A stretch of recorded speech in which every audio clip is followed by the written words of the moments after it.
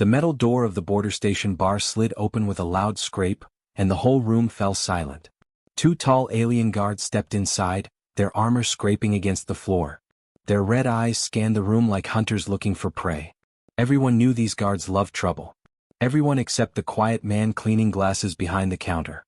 His name was Rollin. He moved slowly, calmly, as if the noise and danger around him did not matter. His face was soft, his voice quiet, and his clothes simple. No one would think he was dangerous. No one would think he had once walked through battlefields that shook planets. Now he mixed drinks and wiped tables. The guards laughed when they saw him. "Look," one guard said loudly. "The tiny human with the soft hands. Does he even lift a crate?" The other guard laughed and slapped the counter. "Humans are weak. Earth is dust now.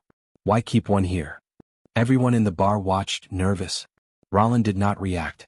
He set a drink on the table and kept wiping the counter, steady and calm. His eyes, however, held a quiet storm. A young traveler named Mira noticed this. She sat near the corner table, studying him with curiosity. Something about Rollin felt different, like he was hiding more than he showed. The guards kept mocking him, trying to get a reaction. "Hey human," one guard said, stepping close. "Do you even know how to fight? Or do you just hide behind your bottles?" Rollin looked at him with tired eyes. "I'm just doing my job. Please don't disturb the customers." That made them laugh harder. "Doing your job?" the taller guard said. "Your job is to listen when we talk to you." He grabbed Rollin's shirt suddenly. Chairs scraped back. A few aliens stood up, ready to run. Everyone knew how fast the guards could become violent. But Rollin did not fight back. He simply looked at the guard's hand, then looked up at the guard's face. "Let go," he said softly. His voice was calm, but there was something cold inside it. Something old. Something that made Myra's heart tighten.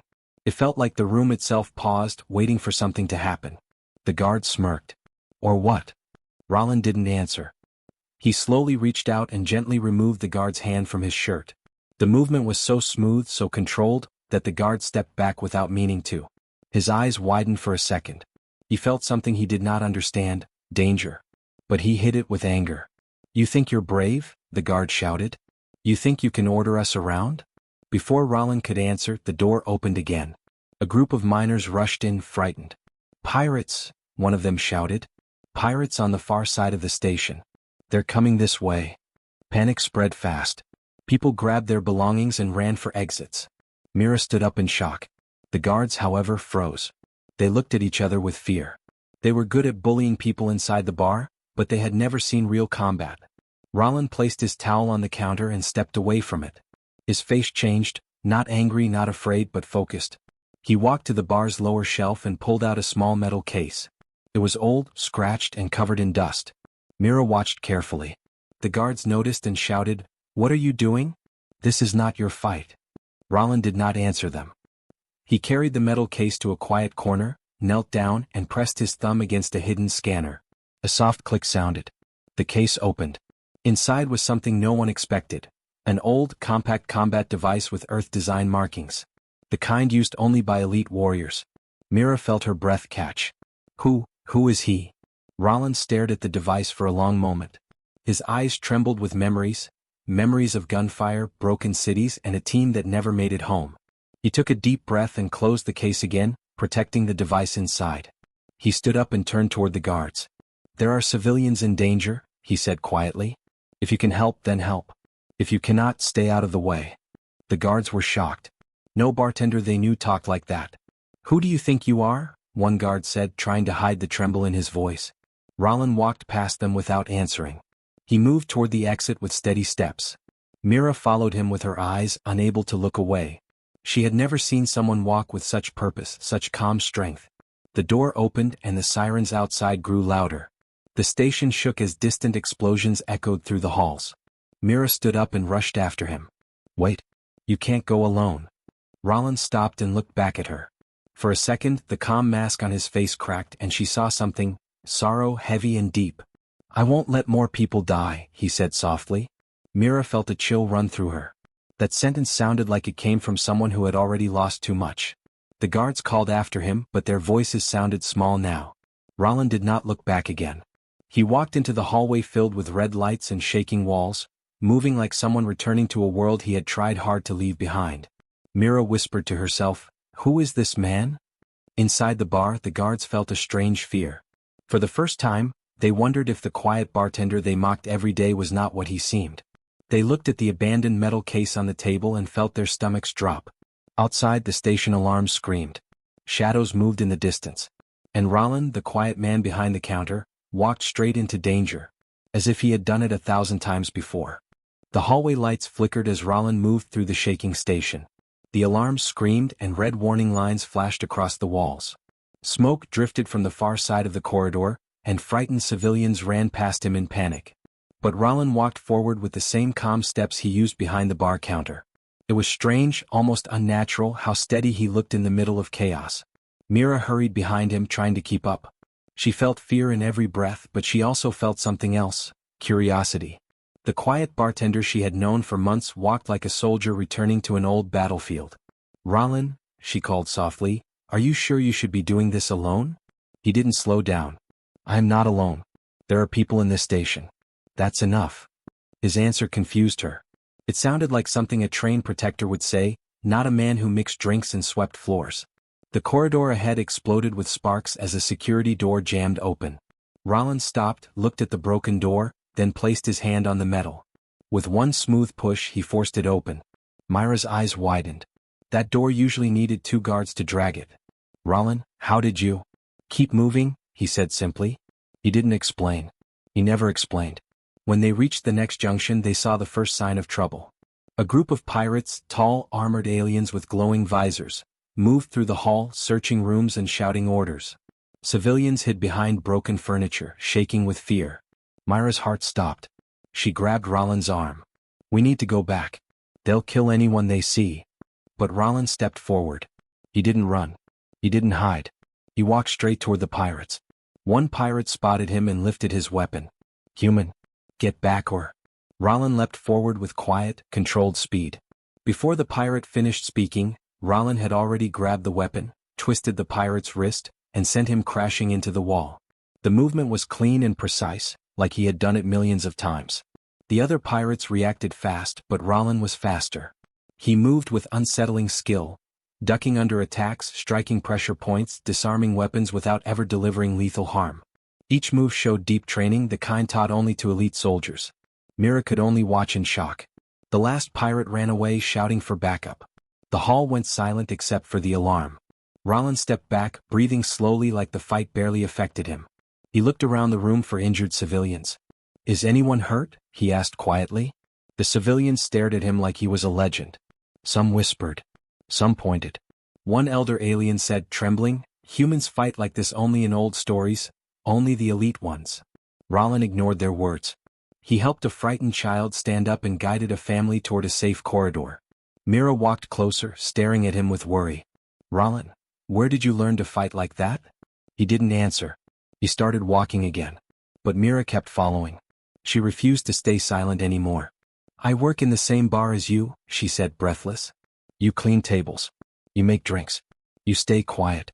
You never fight back even when people insult you. But today you move like someone else." Roland's steps slowed. For a moment she thought he would finally talk. But instead he said, "My past is not important." "That's not true," Mira said bravely. "Your past is following you. I can see it in your eyes." Roland stopped walking completely. For the first time since she met him, he looked tired. Not physically tired, emotionally tired. Like a man who carried memories heavier than any weapon. "When Earth was still strong," he said slowly, "there was a unit. Team. People trained from a young age to protect the planet. They handled missions no one else could handle. Dangerous ones." Mira listened carefully. Roland never talked about Earth. No human did. Earth was a wound people didn't touch. "They called us specters," Roland continued softly. "We went where others couldn't. We did what others feared. We kept the galaxy stable, until one mission ended everything." He paused and Mira felt a shiver run down her spine. "What happened?" she whispered. Roland exhaled slowly. "We were sent to stop a war before it started. But it was a trap. My team did not come home." His voice cracked. Just slightly. But Mira felt the weight of that pain. "I was the only survivor," he said. "After that, I left everything. I tried to disappear. I wanted peace. I wanted to forget." Mira now understood why Roland never fought back inside the bar. He wasn't weak. He was avoiding violence because he had seen too much of it. But today, with pirates attacking the station, his past refused to stay buried. Mira stepped closer. Rollin, you saved those people. You saved me. He didn't look at her. I did what anyone should do. That's not true, she said. Most people run. You run toward danger. He closed his eyes for a second. The alarms kept screaming. More explosions shook the walls. Finally, Rollin opened his eyes again. It doesn't matter who I was, he said. What matters is stopping these pirates before more people get hurt. Mira nodded, even though fear twisted in her stomach. Then I'm coming with you. He shook his head. It's too dangerous. She lifted her chin. You need someone to watch your back.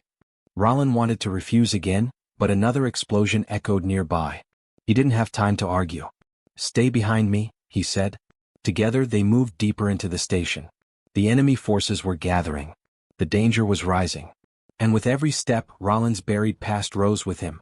A past full of skill, pain, and stories the galaxy had forgotten. But the pirates were about to learn the truth. The quiet bartender was once Earth's most feared warrior. The deeper Rollin and Mira moved into the shaking station, the darker the halls became.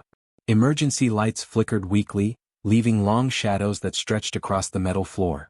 The air smelled of smoke and burning wires. Something had cut power to half the station. Rollin slowed his steps. Mira noticed. What's wrong? Someone is here, he said softly. Someone? You mean the pirates? No, Rollin looked into the shadows, his eyes sharp and focused. Something worse.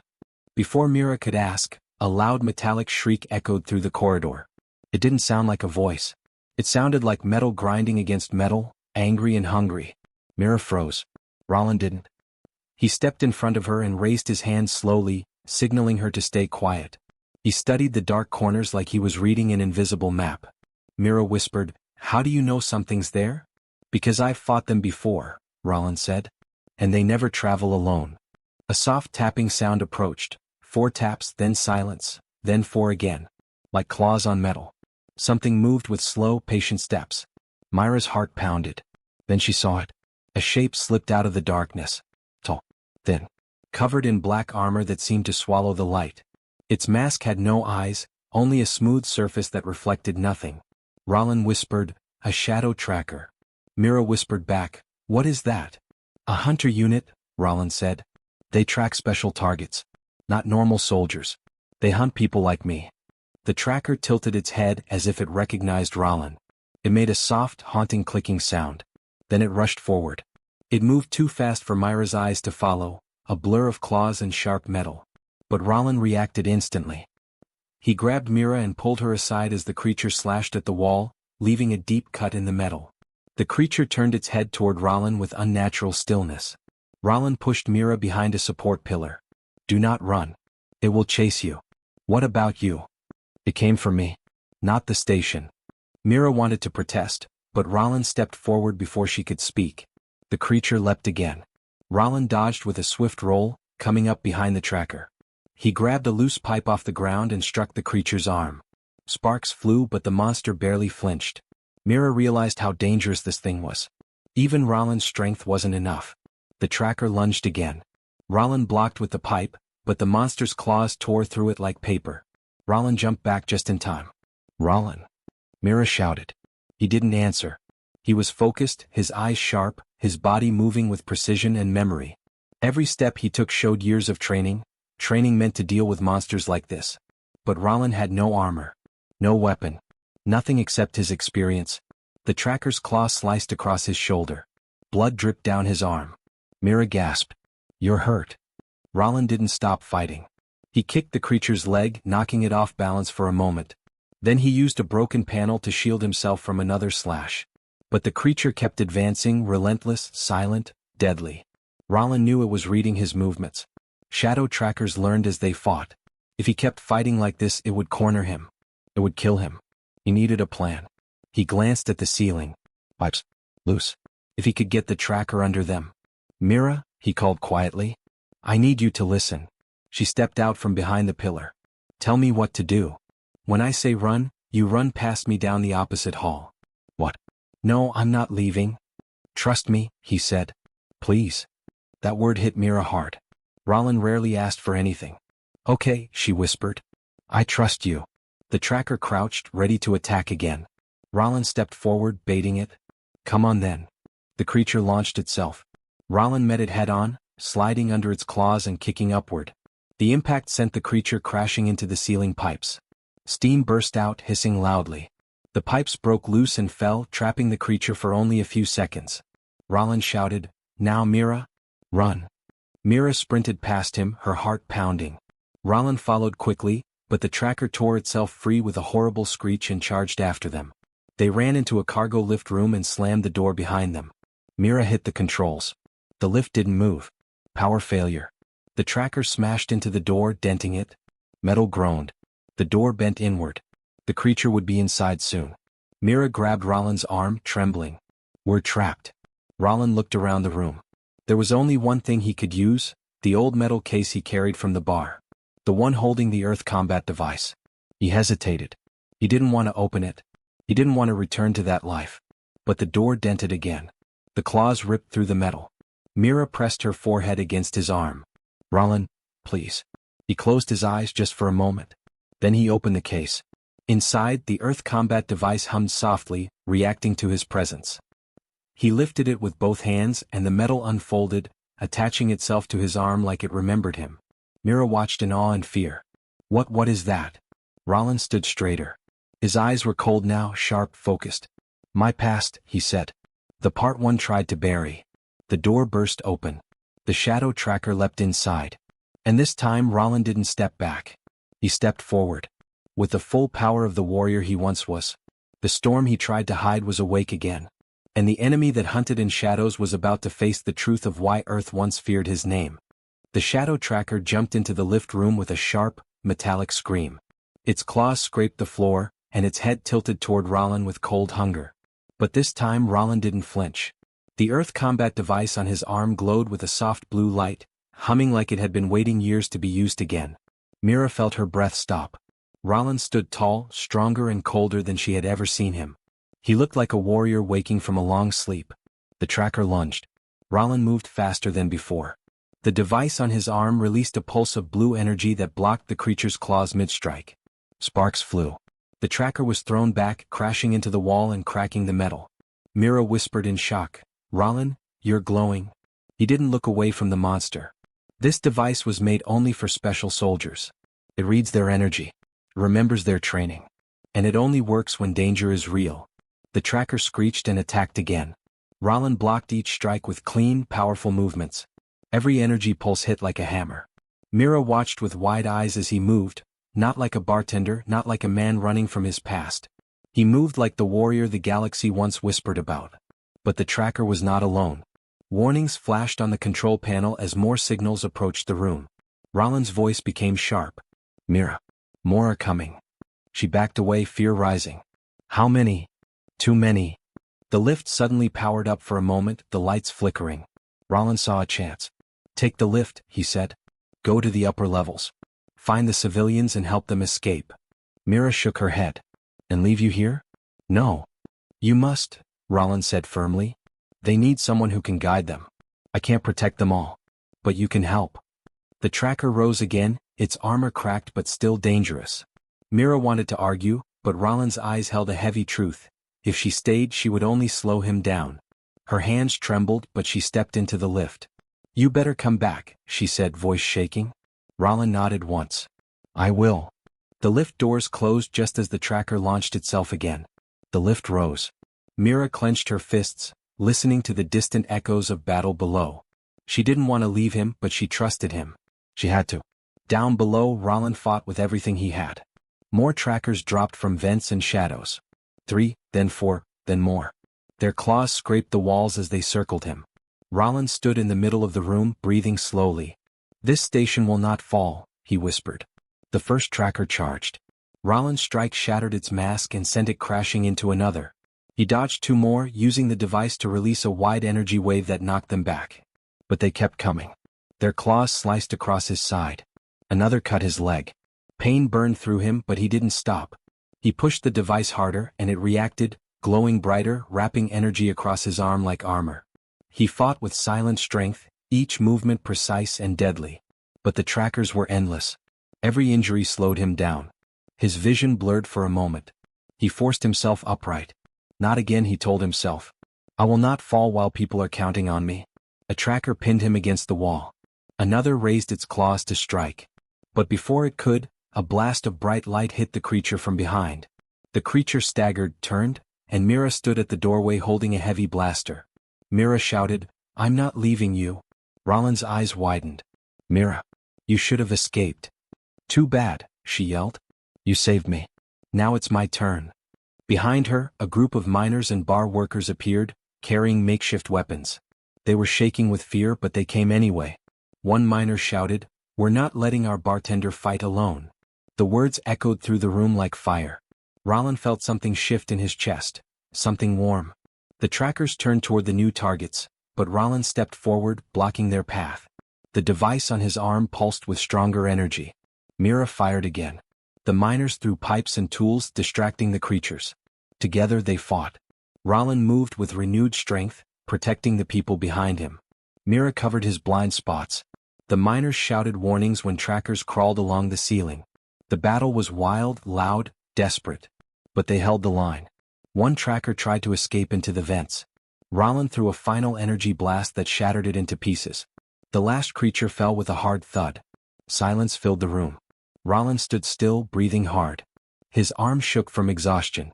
Mira rushed to him and caught his hand before he fell. We did it, she said softly. Roland nodded, but his voice was weak. You shouldn't have come back. She smiled a little. I told you to return alive. I don't break promises. The miners cheered faintly, their bodies bruised but their spirits high. But then a deep rumble echoed through the ceiling. Everyone froze. Mira whispered, What was that? Roland stared upward. That, he said quietly, is not a tracker. The metal shook. The lights flickered out. And a heavy, powerful presence moved across the upper floors. Something that had followed the trackers. Something that hunted only the strongest targets. Roland tensed. The station wasn't safe yet. The real enemy had finally arrived. The alarm stopped so suddenly that it felt like the entire galaxy was holding its breath. Only the soft hum of distant engines remained. In that strange calm, Ravel stood on the ruined balcony of the border station, staring at the stars. He felt like a shadow between two worlds, one that knew him as a threat and one that now saw him as something else, something they still did not understand. Behind him, the quiet steps of an alien officer approached. It was Commander Vesar, the one who once feared him the most. Now the alien's voice was softer than before. Ravel, the Council wants to know what you plan next, Vesar said. Your name is spreading. Some call you dangerous. Some call you a savior. And some call you a legend. Ravel did not turn. He kept his eyes on the broken ships drifting like ghosts past the station. I never wanted to be a legend, he said. I only wanted peace. Vesar hesitated. Peace is not simple anymore. Your strength, the way your body healed in seconds, the way you stood alone at the station gates, your abilities are waking old fears. The galaxy is changing because of you. Ravel finally faced him. His simple armor was cracked and dust covered his clothes, but his eyes were steady. I don't want to be their weapon, he said. And I don't want to be their target. But I will not run. They both listened as the station air vents sighed like tired lungs. The aftermath of the battle felt heavy, and yet something new was forming in that silence. A few hours later, Ravel walked through the halls where alien workers and soldiers repaired broken panels. When they saw him, they stepped back at first. But soon their eyes followed him with a strange mix of fear and admiration. Ravel didn't know how to feel about it. He had not asked for any of this. A small alien child peeked from behind a support beam. When Ravel passed, the child raised a trembling hand and whispered, Thank you. Ravel paused. He lowered himself so he could meet the child's eyes. You're safe now, he said in a gentle voice. The child nodded and ran away. Ravel watched him go. That simple moment felt more powerful than any victory in battle. Maybe this was what truly mattered. Soon after, he entered the upper command deck where the leaders of the coalition waited. The room was filled with different species, some tall and luminous, others covered in armor plates or soft feathers. They all stared at Ravel as if he carried the weight of entire worlds. An elder alien stepped forward. We have seen what you can do, she said. Your strength is not normal. Your healing is not normal. You are something new, something hidden in humanity. Ravel stayed quiet. We want to ask you one question, she continued. Are you willing to guide peace, or will you walk alone? Ravel thought long and hard before he answered. He remembered the screams during the battle, the soldiers who fought beside him, and the ones who did not survive. He also remembered how the enemies stopped when they saw him heal in front of them. They had looked at him with fear but also shock, like they saw a truth no one had spoken before. Finally he said, I don't want to rule. I don't want to lead armies. I only want to protect the innocent. If I can help stop wars before they start, I will try. The room filled with soft murmurs. Some leaders looked relieved. Some still looked unsure. But none protested. Another alien leader leaned forward. Then your path is your own. But know this, Ravel, your name will not stay hidden anymore. The galaxy will search for answers. And legends, they change everything. Later, Ravel walked out into the outer ring of the station. Wind blew through the open panels carrying metallic dust. A lone starship waited on the launch deck. It was small and simple, exactly what he wanted. He placed his hand on its hull. I guess this is my next step, he whispered. Footsteps sounded behind him again. It was Mara, the only human officer on the station. Her face was tired, but she tried to smile. You're really leaving? She asked. Ravel nodded. There's too much fear around me here. And too many questions. If I stay, more people will try to use me, or kill me. Mara took a breath. Where will you go? I don't know, he said. But I feel something calling me. Something far away. Maybe answers. Maybe trouble. Maybe both. Mara laughed softly. That sounds like you. Ravel looked at her with a gentle, warm expression. Thank you, for believing in me when others didn't. You earned it, she said. Just come back someday. I will. He stepped onto the ramp, but paused again when a group of alien workers gathered at the edge of the deck. They bowed their heads to him, every one of them. Not in fear, but in respect. Ravel felt a strange emotion rise in his chest. Not pride. Not sadness. Something deeper. The beginning of a path he had never imagined. He lifted a hand in farewell. The starship doors closed with a quiet hiss. Engines warmed. Light filled the deck. Then the ship rose gently and shot into the dark sky. Inside the cockpit, Ravel sat alone, watching the stars grow brighter as the ship pushed toward open space. The galaxy was wide. Dangerous. Full of secrets. And somewhere out there was the truth behind what he was. Something hidden in humanity for centuries, something the galaxy had never seen before. He was not a weapon. Not a monster. Not a ruler. He was a beginning. And the galaxy did not yet know what that meant. But they soon would. Ravel smiled a little as the ship jumped into faster-than-light travel. A new path waited for him. A path for a hidden legend.